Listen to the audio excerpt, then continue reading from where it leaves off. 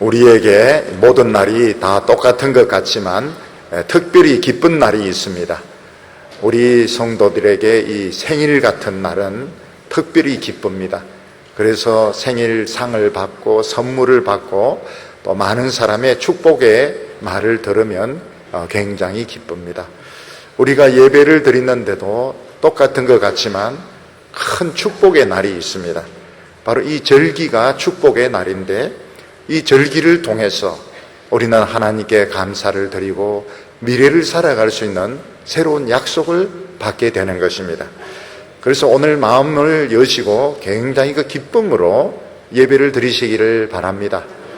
올해 초만 해도 북한은 3차 핵실험에 성공하고 장기거리 포를 꺼냈다 넣었다 이렇게 하면서 또 개성공단을 폐쇄시키면서 전쟁을 하겠다고 막 생떼를 부렸는데 하나님이 지켜주셔서 우리가 6개월을 무사히 살게 되었습니다. 앞으로 남은 6개월도 하나님께서 지켜주실 줄 믿습니다. 하나님께서 우리 같은 이런 이방인들을 택하셔서 예수 믿게 하신 것은 이 감사하는 백성으로 만들기 위해서입니다. 다른 사람으로부터 은혜를 입었지만은 그것을 당연하게 생각하고 감사하지 않는 사람은 무엇인가 좀 비인간적인 이런 느낌이 들게 됩니다. 하나님께서 오늘 우리에게 겸손한 마음을 주셔서 하나님이 우리의 생명을 주시고 지켜주시고 가족을 지켜주신 거 하나님께 감사드리고 또 미래의 새 축복을 받는 우리 성도들이 다 되시기를 바랍니다. 요즘은 이렇게 비가 오고 개어도 공해 때문인지 무지개가 안 보일 때가 많습니다. 저희들이 어렸을 때 보면 막 소나기가 내릴 때 하늘이 캄캄하고 장대비가 막 내리다가 소나기가 거치고 나면 햇빛을 비치면서 하늘에 멋진 이런 무지개가 나타난 것을 보게 됩니다. 무지개를 본 사람은 옆에 있는 형이나 동생에게, 친구에게 야, 저 무지개를 봐라, 참 멋있다 이러면서 자랑을 하곤 했습니다. 저희들은 어렸을 때 이 무지개를 보면서 이 희망을 꿈을 꾸었습니다. 지금 당장은 힘들고 어렵지만 우리들의 미래에는 저 아름다운 축복이 있을 것이다. 우리는 무지개를 보면서 희망을 꿈을 꾸었습니다. 요즘 우리나라 사람들은 거의 대개 꿈을 이루었다고 볼 수 있습니다.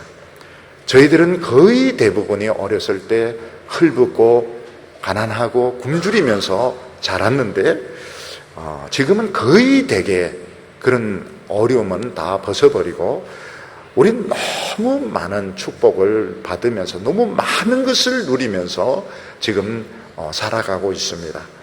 근데 오늘 우리들의 염려가 무엇인가 하면 우리가 지금 누리고 있는 축복과 이 행복이 너무나도 불완전하다는 것입니다. 혹시 전쟁이 터져서 혹시 암이 생겨가지고 우리가 누리고 있는 축복이 한순간에 없어지지 않을까, 우리는 지금 불안해하면서 살아가고 있습니다. 일본 사람들은 보면 늘 이 지진의 두려움을 가지고 살아가는 것을 볼 수 있습니다. 집이 있고 차가 있고 건강하게 살아가지만 어느 순간 지진이 발생하고 쓰나미가 덮치면 우리는 죽을 수도 있다. 그래서 운명적으로, 숙명적으로 이 지진을 받아들이면서 살아가는 것을 볼 수 있습니다. 우리나라 사람들은 북한이 3차 핵실험에 성공하고 난 뒤에 더욱더 우리의 이 행복이 불안하다는 것을 느끼게 되었습니다. 그래서 우리나라 정부는 어떻게 하든 미국에 매달리고 또 중국을 설득해서 북한이 핵무기를 포기하도록 이렇게 압력을 넣고 있지만 그 어떻게 해서 만든 핵무기인데 절대로 포기할 리가 없는 것입니다. 또 미국의 큰 회사들, 또 한국의 성공한 기업들도 지금까지는 많은 이익을 만들고 성공했지만 또 어느 한순간 세계 경제가 나빠져서 회사가 어려워지지 않을까, 곤두박질 치지 않을까, 이런 불안과 두려움을 가지고 살아가고 있습니다.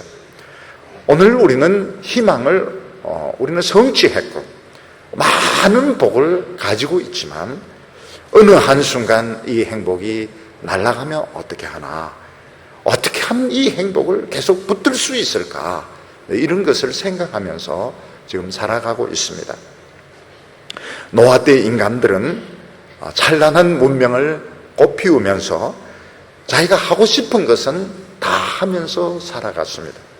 근데 어느 한순간 하늘이 무너지는 것처럼 물폭탄이 쏟아지고 땅이 꺼지면서 대홍수가 터졌는데 다 죽었습니다. 우리는 노아 식구 8명이 살았다. 참 대단한 일이지만 그때 세계 인구가 한 몇십만 명 되었다고 보면 그 몇십만 명 중에서 8명 살은 것은 거의 다 죽은 것입니다. 수많은 짐승들, 수많은 새들 다 죽었습니다. 암수 한 쌍씩만 살아남고 전부 다 죽었던 것입니다. 노아는 이 무슨 홍수가 끝난 뒤에 다시 이 세상으로 돌아오게 되었습니다. 어떤 큰 사고를 당하고 나면 사람들이 그 뒤에 정신적인 피해를 계속 받는 것을 볼 수 있습니다. 어떤 사람은 사고에서 살아났지만 자꾸 옆에 있는 사람이 살려달라고 소리 지르는 이 환청을 듣기도 하고, 어떤 때는 건물이 깔리는, 건물이 막 무너지는 이런 꿈을 계속 꾸기도 합니다.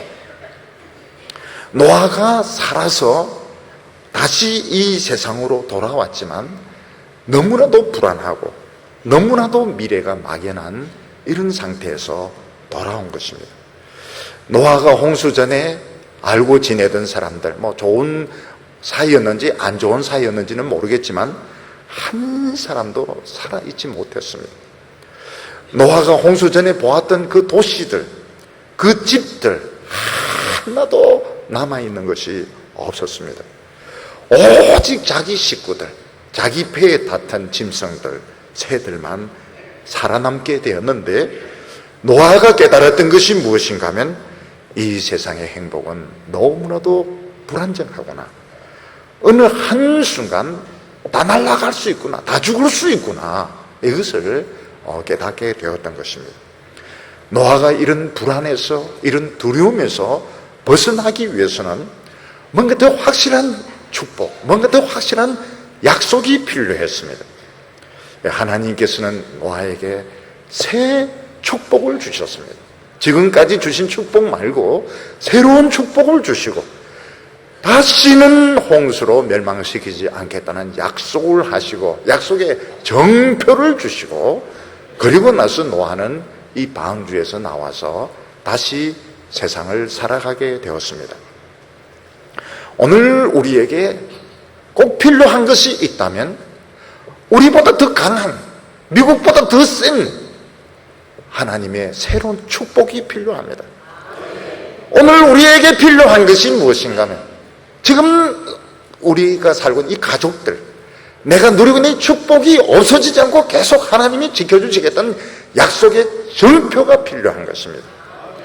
그래서 오늘 이 예배를 통해서 새 축복의 약속을 받으시기를 바랍니다. 새로운 축복의 정표를 받으시기를 바랍니다. 오늘 하나님께서는 첫 번째로 노아에게 새로운 축복을 주셨습니다. 아무것도 없는 세상에서 맨손으로 성공하려면 얼마나 어렵고 고생이 많은지 모릅니다. 아마 그것은 고생해보지 않은 사람은 모를 것입니다. 그런데 누군가가 옆에서 좀 도와주고 힘을 주면은 성공하는데 큰 도움이 됩니다. 그래서 이 세상에서 성공하고 출세한 사람들 중에서 순수하게 자기 힘으로 성공한 사람은 아무도 없습니다. 누군가가 도와주었기 때문에, 누군가가 힘을 주었기 때문에 성공할 수 있었던 것입니다. 공부하는 사람이나 운동하는 선수나 또는 연주자들에게 참으로 중요한 것은 좋은 선생을 만나는 것입니다. 좋은 선생을 만나면서 그 인생은 완전히 달라지게 되는데, 선생은 제자의 좋은 장점을 압니다. 또 위기를 이길 수 있는 그 지혜를 가지고 있기 때문에 그 지혜를 가르쳐주고, 또 성공할 수 있는 길로 이렇게 이끌어 줍니다. 그래서 되게 학자로 성공하고 연주자로 성공하고 스포츠 선수로 성공한 사람들은 꼭 반드시 좋은 선생을 만나야 성공할 수 있는 것입니다. 우리 인생의 최고의 선생은 하나님이십니다. 하나님은 우리의 장점을 잘 알고 계시고, 하나님 어떤 위기가 닥쳤을 때 우리를 능히 건져낼 수 있으며, 우리를 축복의 길로, 우리를 생명의 길로 매일매일 인도하시는 하나님이신 것입니다. 하나님은 그 전체가 축복이 되십니다.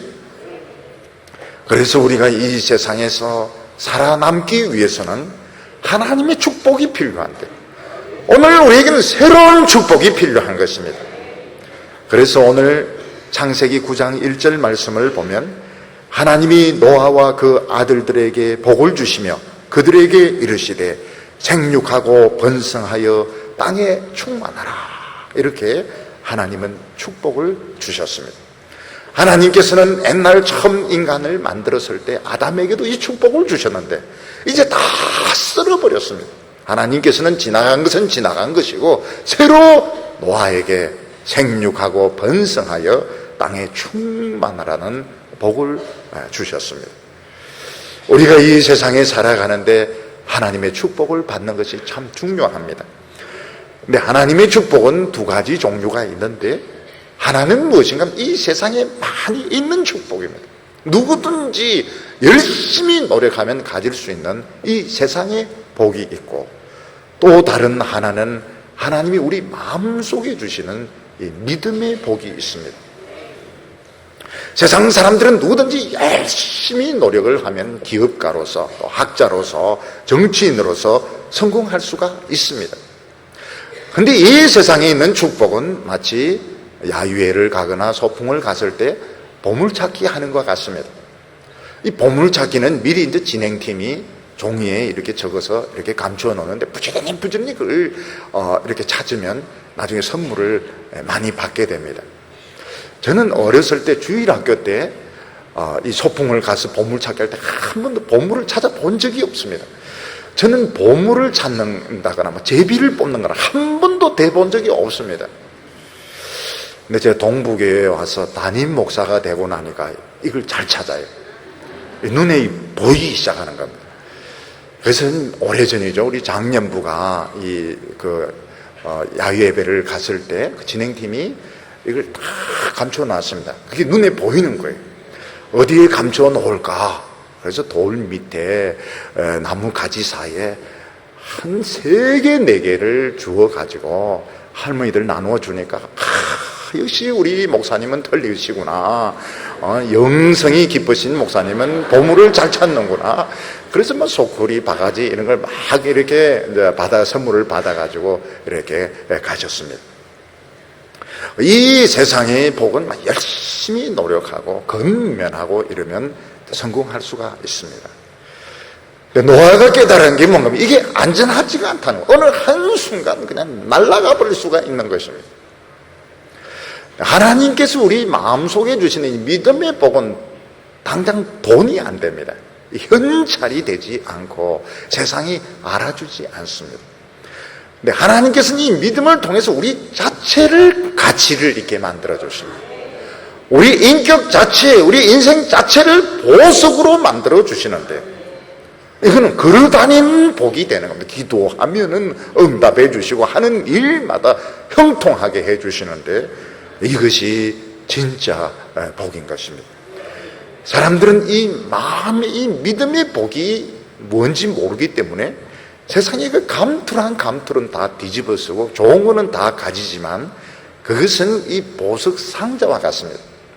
보석 상자는 아무리 멋있어 보여도 한 3,000원, 5,000원, 막 비싸봐야 10,000원도 되지 않습니다.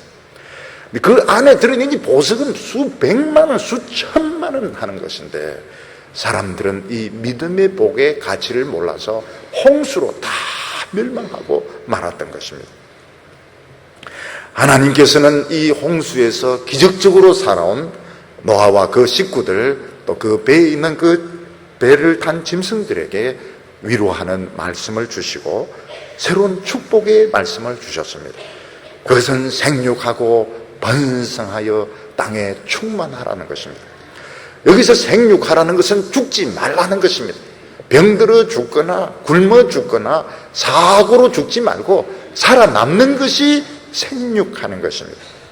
한 사람만 살아나서는 안 되고 자녀들도 다 살아야 되고 자녀들이 또 결혼해서 또 후손들을 낳아야 되고 그래야 번성하게 되고 세상을 충만하게 채우게 되는 것입니다. 저는 오래전에 직장 생활하면서 월급을 제대로 받았습니다. 하나님께서 마음속에 무슨 감동을 주셨는가 하면 무엇을 먹을까 입을까 염려하지 말고 그 나라와 그 의를 구하라, 그런 감동을 주셨습니다. 저는 감동이 오면 바로 행동하니까 직장에 사표 내고 대학 캠퍼스에 들어가서 성경 공부도 하고 또 청소년들 그룹 공부도 했는데 진짜 가난했습니다.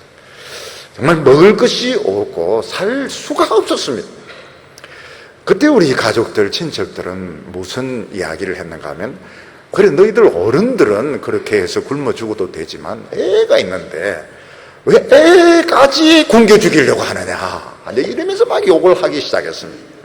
너희 어른들은 너희들 생각이 그렇다 치더라도 왜 애까지 굶겨 죽이려고 하느냐. 그때 하나님께서는 무슨 약속을 주셨는가 하면 생육하고 번성하라, 안 죽는다는 그런 약속을 주셨습니다. 그때 굶어 죽는다는 저희 애가 지금 안 죽고 살아 있습니다. 30이 넘어서 지금 살아 있습니다. 저는 자식을 많이 낳지 못했습니다. 무능해가지고 자식을 많이 낳지 못했습니다. 믿음의 자식은 많이 생기게 되었습니다. 원래 또 그걸 기도를 했습니다. 믿음의 자식들 많이 생기도록 기도를 했는데 모르는 사람들이 막 찾아옵니다. 모르는 사람이 찾아와가지고 믿음의 자식이라고 이야기하는데 본 적도 없고 키운 적도 없는데 자기는 믿음의 자식이라 그런 소리를 합니다. 우리가 이 세상에서 하나님이 축복하지 않으면 아무도 살 수가 없습니다. 예를 들어서 어항 속에 있는 물고기, 지 아무리 어항을 돌아다니도 인간이 거기에 그 먹이를 주지 않으면 먹이를 구할 수가 없습니다. 마찬가지로 사람들이 아무리 노동의 의욕이 있다더라도 일자리가 없으면 결국은 살 수가 없는 것입니다. 새벽에 인력시장, 영등포시장 앞에 이렇게 가보면 사람들이 일하러 나왔는데도 일거리가 없으면 그냥 들어가야 되는 것입니다. 그러나 하나님이 축복하시면 경기가 살아나기 시작하고 일거리가 많아지게 되면서 나중에는 저 사람들이 생활이 안정이 되는 것입니다. 하나님께서 이 나라를 축복하셨습니다. 오늘 우리에게 많은 복을 주신 분은 하나님이신 겁니다.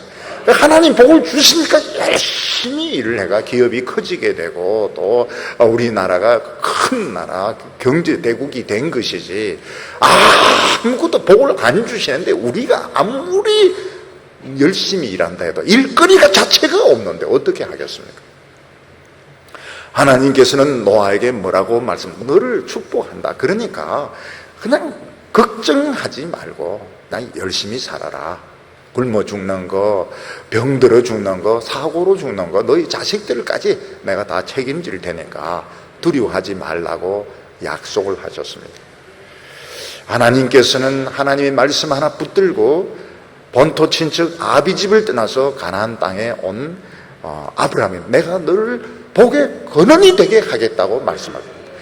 너를 축복하는 자는 내가 복을 주고 너를 저주하는 자는 내가 저주하겠다.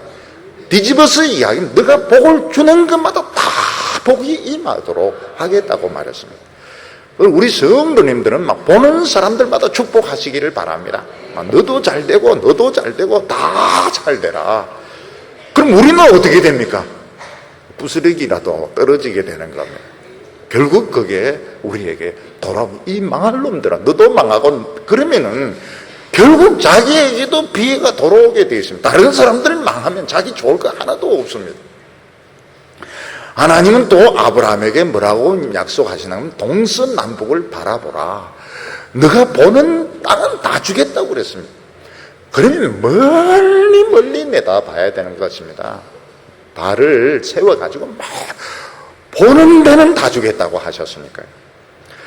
그리고 여호수아와 이스라엘 백성들이 가나안 땅에 들어가기 전에 너희들이 발을 밟는 데는 다 주겠다고 말씀하셨어요. 그러면 지금 발 뽑으면 되는 것입니다. 방구석 처박혀 있으면 아무것도 안 됩니다. 밟는 땅은 다 주시겠다. 동서남북 내 눈에 보이는 것은 다 그럼 멀리 봐야 돼요. 눈앞에 있는 그것만 보지 말고 눈앞에 있는 그 약간의 그것만 보지 말고 멀리 봐야 되는 겁니다. 하나님께서 우리와 함께 하실 때 하나님의 축복이 나타나게 되어 있습니다. 하나님이 복을 주셔야 농사가 되는 것이고, 하나님이 복을 주셔야 장사가 되는 것이고, 하나님이 복을 주셔야 공장도 잘 돌아가게 되는 것입니다. 우리 예수 믿는 사람들은 어떤 사람들인가 하면 복이 오게 하는 사람들입니다. 어느 직장이든지 어느 집안이든지 예수 믿는 사람은 복이 오게 하는 사람들입니다.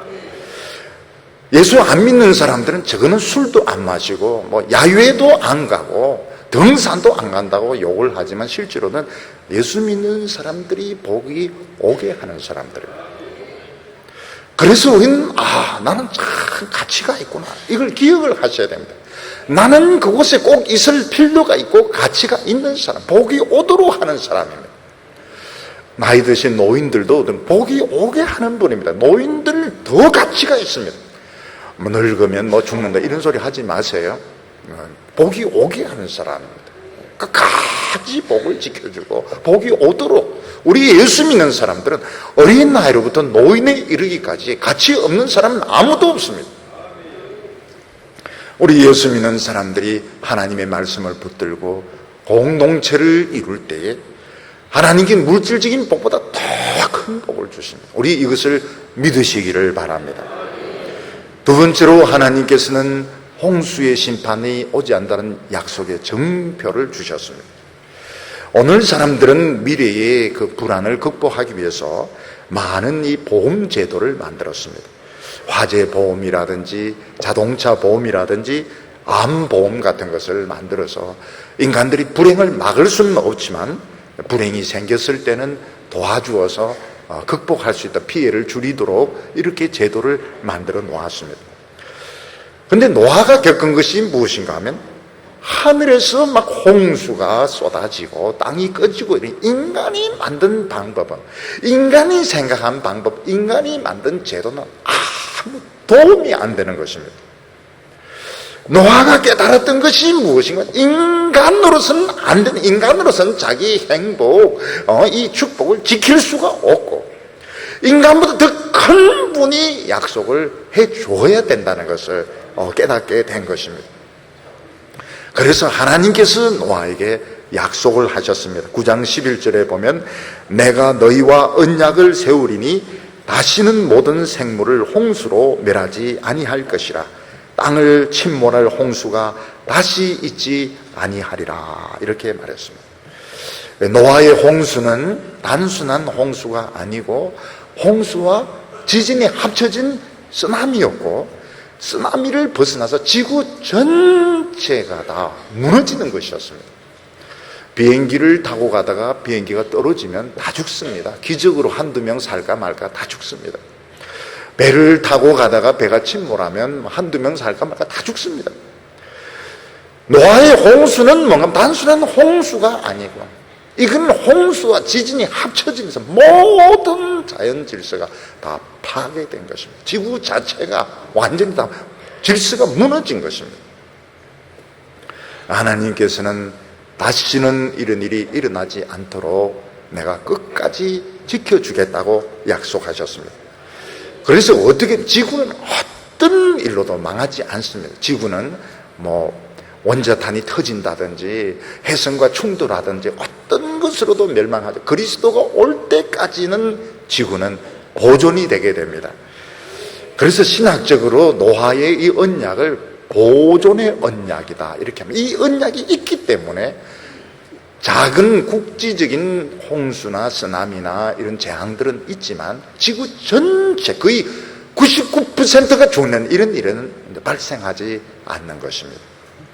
하나님께서 우리 인간들과 이 자연을 지켜주시는 것을 우리는 이제 일반 언총이다 이렇게 말을 합니다.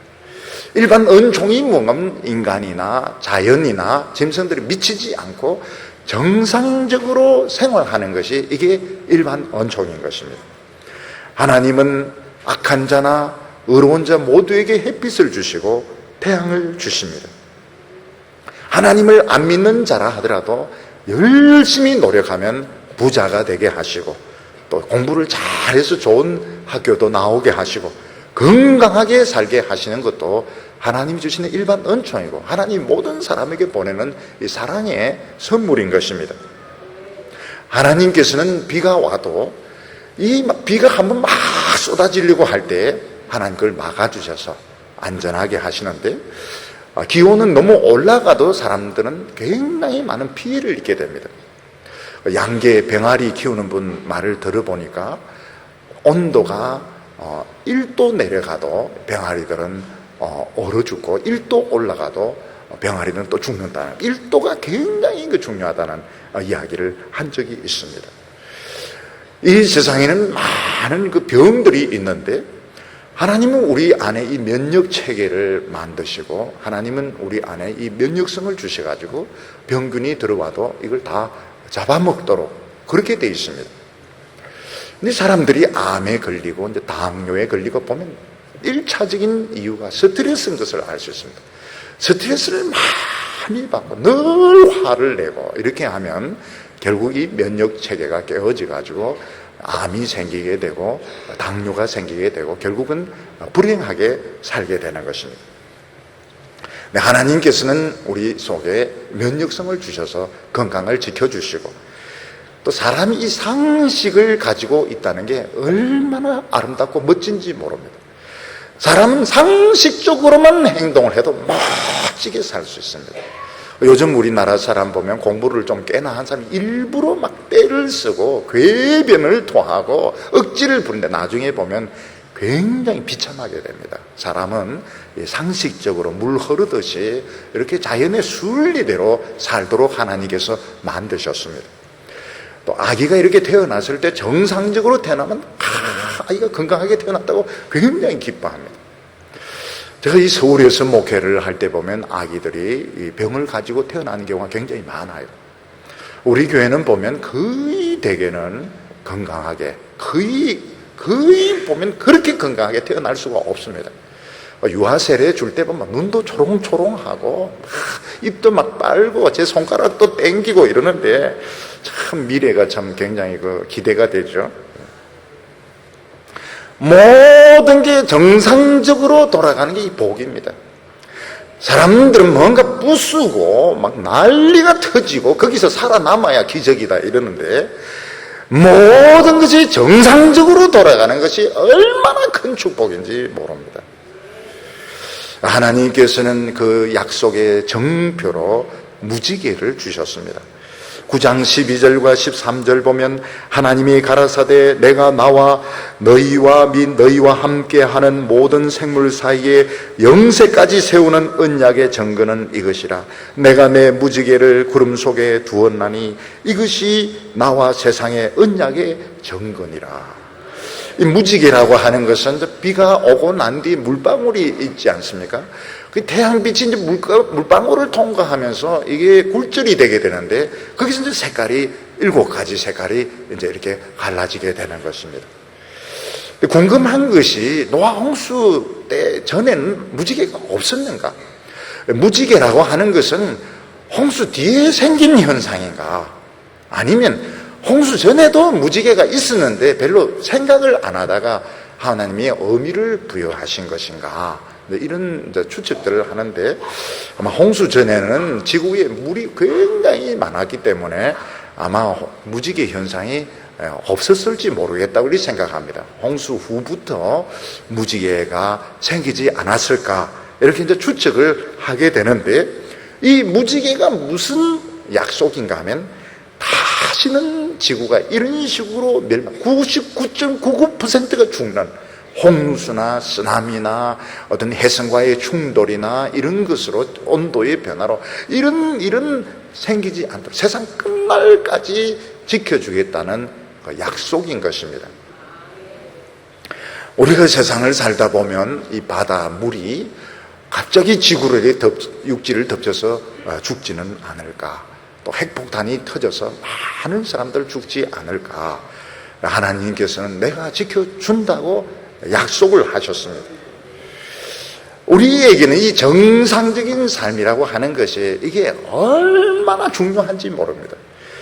예를 들어서 우리에게 이 흰빛이 오지만 이 흰빛 속에는 그 7가지 무지개 색깔이 합쳐져 가지고 흰빛이 오는 거거든요.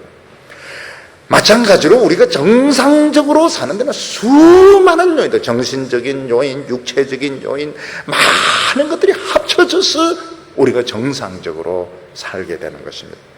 우리가 정상적으로 사는 자체가 기적이고 축복인데 하나님은 이것을 세상 끝날까지 지켜주시겠다고 약속하신 것입니다. 어떤 사람은 장사를 하다가 큰 손해를 볼 것이 두렵기도 하고 운전을 하다가 교통사고 날 것이 두렵기도 한데 하나님께서는 이 무지개를 통하여 지켜주시겠다고 약속을 한 것입니다. 어떤 분은 너무 예민해서 밤에 자려고 누워있으면 천장이 무너질 것 같고 책장이 자기에게 쏟아질 것 같고 또 은행에 돈 맡긴 거 누가 다 빼먹을 것 같은 이런 불안한 마음을 가진다. 그럴 때 너무 두려워하지 말라고 우리가 위로를 할 필요가 있습니다. 왜냐하면 우리는 무지개보다 더 확실한 것이 있는데 무지개는 이 지구를 지켜주는 건데 우리 모든 생활들, 우리 모든 정신을 지켜주는 하나님의 말씀이 있습니다. 사도 바울은 죄수로 로마로 압송이 되게 되었는데 여러 차례 이렇게 선교 여행을 하면서 겨울에는 지중해를 배를 타면 안 된다는 걸 알고 있었습니다. 겨울에 배를 타면 이건 태풍을 만나서 죽는 겁니다. 그러나 바울은 죄수의 신분이기 때문에 백부장이나 선주나 선장 아무도 그 말을 듣지를 않았습니다. 그런데 유라굴로라고 하는 무시무시한 이런 폭풍이 밀어닥쳐서 보름 동안 폭풍이 치는데 배가 지중해 이쪽 끝에서 저쪽 끝까지 밀려가면서 사람들이 먹지를 못하고 완전히 사경을 헤매게 됩니다. 그때 예수님께서 환상 가운데 나타나셔서 너에게 있는 사람 너에게 다 맡겼으니까 한 명도 안 죽는다. 그리고 이 배는 못 건지니까 포기를 하라고 가르쳐 주셨습니다. 그때 바울은 그 사람들 속에 일어서서 주님이 오늘 나에게 말씀하셨는데 여러분들 중에 아무도 안 죽는다고 약속하셨습니다. 그러니까 음식을 먹어야 됩니다. 보름 동안 폭풍이 오니까 땅이 다 젖었습니다. 곰팡이 피는데 그대로 강제로 먹여야 되는 겁니다. 속이 비어 있으면 힘을 쓸 수 없으면 강제로 먹게 하고 그리고 선원들이 도망치려고 하는 거 줄을 끊어가 도망 못 치게 하고 끝에 가서 막 배를 아까워하는 거 배 아까워하지 마세요. 배는 못 건집니다. 그래서 결국 사람들이 헤엄을 쳐서 가는데 한 사람도 안 죽고 다 목숨을 건졌던 것입니다. 하나님이 우리에게 뭐라고 말씀하시는가 하면 어떤 큰 일이 일어나기 전에 우리에게 미리 알려주신다고 말씀하셨습니다. 또 우리 성도들에게는 반드시 피할 길을 주신다고 했습니다. 미리 걱정할 필요가 없는 것, 미리 너무 욕심을 부리지 않고 교만하지 않으면 너무 두려워할 필요가 없습니다. 유대인들이 예루살렘이 포위가 되어서 110만 명이 죽을 때도 예수님 뭐라고 말씀하십니까? 가정한 것이 서지 못할 곳에 서거든 너희들은 달아나라. 지붕 위에 있으면 물건을 가지러 집안에 가지 말고 들에서 농사를 지을 때도 집안에 들어가지 말고 산으로 도망가라. 근데 로마가 2번 애워 사는데 한 번 애워 샀다가 황제가 죽으니까 포위를 푸는데 기독교인들은 빠져나오고 안 믿는 사람은 다 들어가서 죽는 겁니다. 하나님께서는 우리에게 중요한 일이 일어나기 전에 반드시 알려주시고 피할 길을 주십니다. 특히 교회에서 부흥이 일어날 때, 말씀의 역사가 일어날 때 이런 재앙이 못 일어나는 것입니다. 왜 교회에서 계속 말씀을 붙들어라, 말씀을 붙들어라. 그걸 강조하는 이유가 뭔가 하면 평소에는 내 생각대로 하는 것이 훨씬 낫습니다. 위기 때가 오면 소용이 없어요. 위기 때는 말씀 붙들고 붕 일어나는 것만 이게 살아나는 길인 것입니다. 두려워할 필요가 없습니다. 오늘 하나님 주시는 새 약속을 마음속에 믿으시기를 바랍니다. 하나님께서 지켜주실 것을 믿으시기를 바랍니다. 세 번째로는 그렇지만 세상은 조심해야 된다고 말씀하고 있습니다. 하나님께서는 노아에게 이 무서운 홍수가 그 인간들, 짐승들 다 쓸어버렸지만 그래도 노아의 8 식구 안에 죄가 남아있고 그 맹수들이 다시 사나워지기 때문에 이 세상은 안전한 세상은 아니라고 말씀하셨습니다. 하나님께서 지켜주시겠지만 우리도 조심을 해야 된다고 말했습니다. 그 중에 첫 번째가 무엇인가 하면 사나운 짐승들이 원래 상태로 돌아가게 되는 것입니다. 오늘 9장 2절을 보면 땅의 모든 짐승과 공중의 모든 새와 땅에 기는 모든 것과 바다의 모든 고기가 너희를 두려워하며 너희를 무서워하리니 이들은 너희 손에 붙이었음이니라 이렇게 말했습니다. 그 사자나 늑대나 독사 같은 이런 맹수들이 노아의 배 안에 있을 때는 얌전했습니다. 그래서 다른 짐승들을 잡아먹지도 않고 물지도 않았는데 문제는 그 배에서 나오면서 옛날에 그 야생동물의 본성이 되살아나게 된 겁니다. 사자나 늑대나 곰 다시 사나워지기 시작했습니다. 하나님께서 뭐라고 말씀하시는가 하면 이게 원래 이 맹수의 본성이 배 안에 있을 때는 하나님의 은혜가 워낙 세어서 이게 얌전했지만 밖에 나가면서부터 잡아먹고 공격적이 되기 시작하니까 너희들은 조심해야 된다고 말했습니다. 근데 하나님께서는 무엇을 약속하셨는가 하면 맹수들이 너희 인간들을 두려워할 거라고 말했습니다. 만약에 이 사자나 이 곰들이 방주를 에워싸고 공격을 하면 배에서 나오지를 못합니다. 하나님은 무슨 약속을 해요? 이 짐승들이 너희들을 무수해서 자꾸 피할 테니까 너희들은 방주 안에만 있을 필요는 없고 나와서 정상적인 생활을 하는데 조심을 하라고 말했습니다.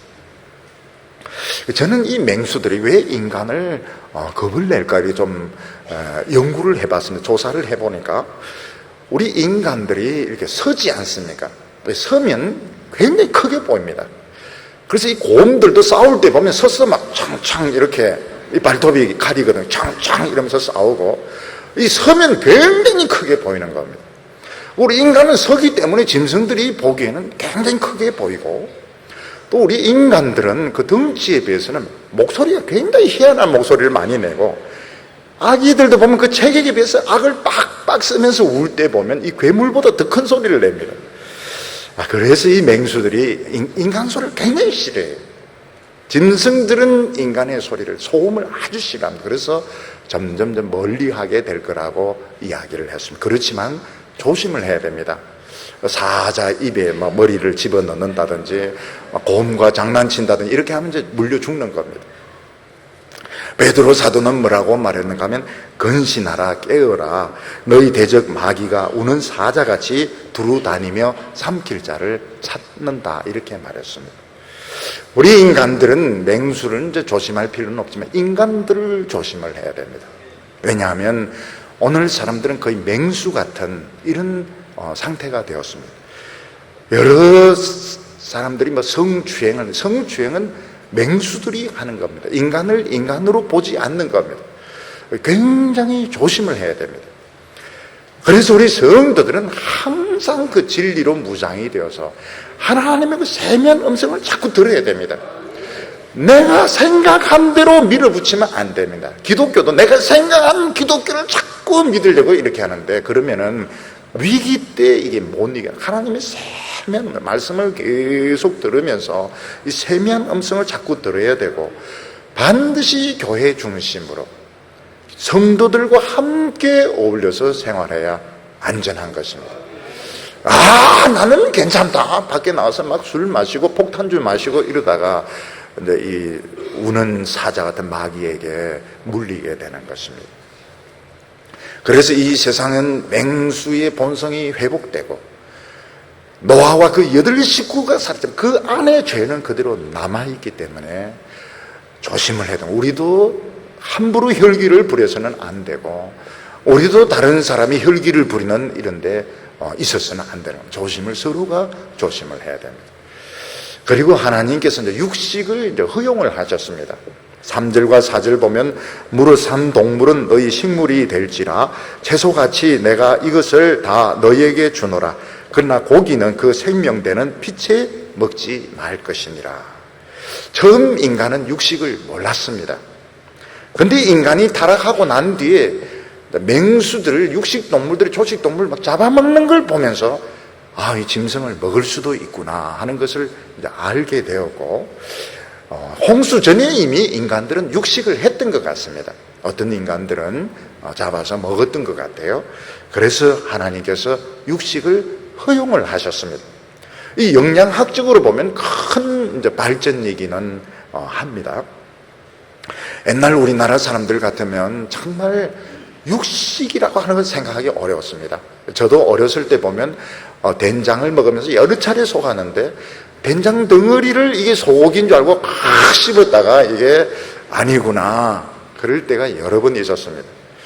옛날 시골에 보면 이제 결혼이나 환갑잔치하면 돼지를 잡아가지고 막 온 동네 배 터지도록 먹고 애들은 그 방광 가지고 공 차고 이런데 저는 그런 거는 못 해봤습니다.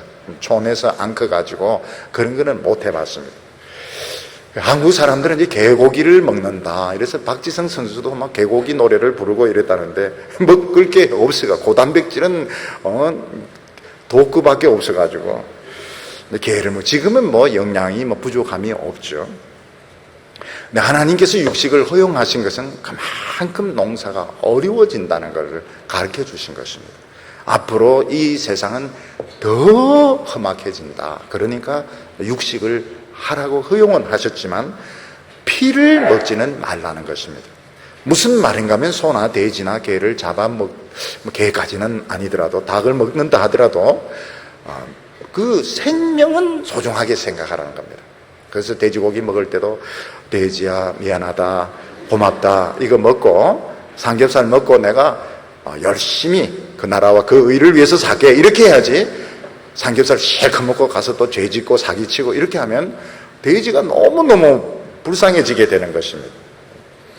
예를 들어서 어떤 사람이 장기 이식을 해 주었으면 고맙게 생각해서 그걸 가지고 더 열심히 참 많은 사람을 위해서 살아야 되는데 장기 이식 받자마자 그걸 가지고 은행을 턴다든지 사기를 친다든지 이러면 그 다른 사람의 생명을 헛되게 하는 것이 되는 것입니다. 그리고 세 번째로 하나님 말씀하신 것이 뭔가 하면 살인한 자는 처형하도록 말씀을 하셨습니다. 5절과 6절 보면 내가 반드시 너희 피 곧 너희 생명의 피를 찾으리니 짐승이면 그 짐승에게서 사람이나 사람의 형제면 그에게서 그의 생명을 찾으리라. 무릇 사람의 피를 흘리면 사람이 그 피를 흘릴 것이니 이는 하나님이 자기 형상대로 사람을 지었음이니라. 노아 홍수 전에는 살인자도 처형을 하지 않았습니다. 홍수 전에는 사형제도가 없었습니다. 지금 이제 사법적으로 사람들이 사형제도가 옳으냐 틀리느냐 이런 이야기들을 하는데 홍수 전에는 사형이 없었습니다. 그래서 동생을 죽인 가인도 살았습니다. 그리고 라멕도 살았습니다. 하나님은 가인에게 표를 주셔서 죽지 않도록 해주셨습니다. 무슨 일이 생기냐면 살인이 엄청나게 많아지게 된 겁니다. 사람들은 막 툭하면 사람을 죽이고 죽인 숫자를 자랑하게 돼. 그래서 결국은 대홍수가 터지게 되었습니다. 그러면 사람들은 다 하나님의 형상으로 만들어졌기 때문에 다 살 권리가 있습니다. 내 마음에 싫다 해서 가라고 하면 안 돼요. 어떤 사람은 마음에 안 들면 너 딴 교회로 가라 이렇게 하는데 그거는 무슨 놀부심법입니까? 그런 말 하면 안 돼. 우리는 좋든 싫든 같이 있어야 되고 자기가 살고 싫다고 해서 죽을 수 없습니다. 하나님이 부르실 때까지는 열심히 최선을 다해서 살아야 되는 것입니다. 그래서 하나님께서는 노아 홍수 뒤에 살인을 한 사람은 반드시 처형을 하라 이렇게 명령을 내렸는데 여기서부터 이제 정부가 생기게 되었다고 학자들은 생각하고 있습니다. 오늘 우리들은 이미 꿈을 이루었고 많은 축복을 지금 누리고 있습니다. 오늘 우리에게 있어서 불안한 것은 어떻게 하면 전쟁이 터지지 않고 어떻게 하면 암이 생기지 않고 오랫동안 이 축복을 누릴 수 있을 것인가. 오늘 우리에게 필요한 것은 하나님의 새 축복이 필요하고 하나님께서 또 우리에게 약속의 보증이 필요한 것입니다. 하나님께 감사드리는 사람은 하나님께서 끝까지 책임을 져주십니다. 교회에서 부흥의 역사가 일어날 때는 재앙이 오지 못하게 됩니다. 사랑하는 성도 여러분, 오늘 이 예배를 통해서 내 생명을 지켜주시고 축복해 주신 하나님께 감사를 드리시기를 바랍니다. 감사로 제사 드리는 자가 나를 영화롭게 한다고 했습니다. 오늘 이 예배를 통하여 새 축복을 받으시기를 바랍니다. 전쟁으로부터, 암으로부터, 여러 가지 재앙으로부터 지켜주시겠다는 약속의 정표를 받고 힘차게 사는 우리 성도들 다 되시기를 바랍니다. 기도드리겠습니다. 자비로우신 하나님 아버지, 올해 초만 해도 전쟁이 터질 것 같이 너무너무 불안했는데 오늘까지 지켜주시니 감사합니다. 오늘 우리 성도들 하나님으로부터 새 축복을 받게 하여 주옵소서. 생육하고 번성하여 땅에 충만하라는 말씀을 받게 하여 주옵소서. 우리 마음속에 하나님의 무지개가 생기게 하여 주시옵소서. 전쟁이 없고 재앙이 없는 축복의 성도들 다 되게 하여 주시옵소서. 예수님의 이름으로 기도하옵나이다.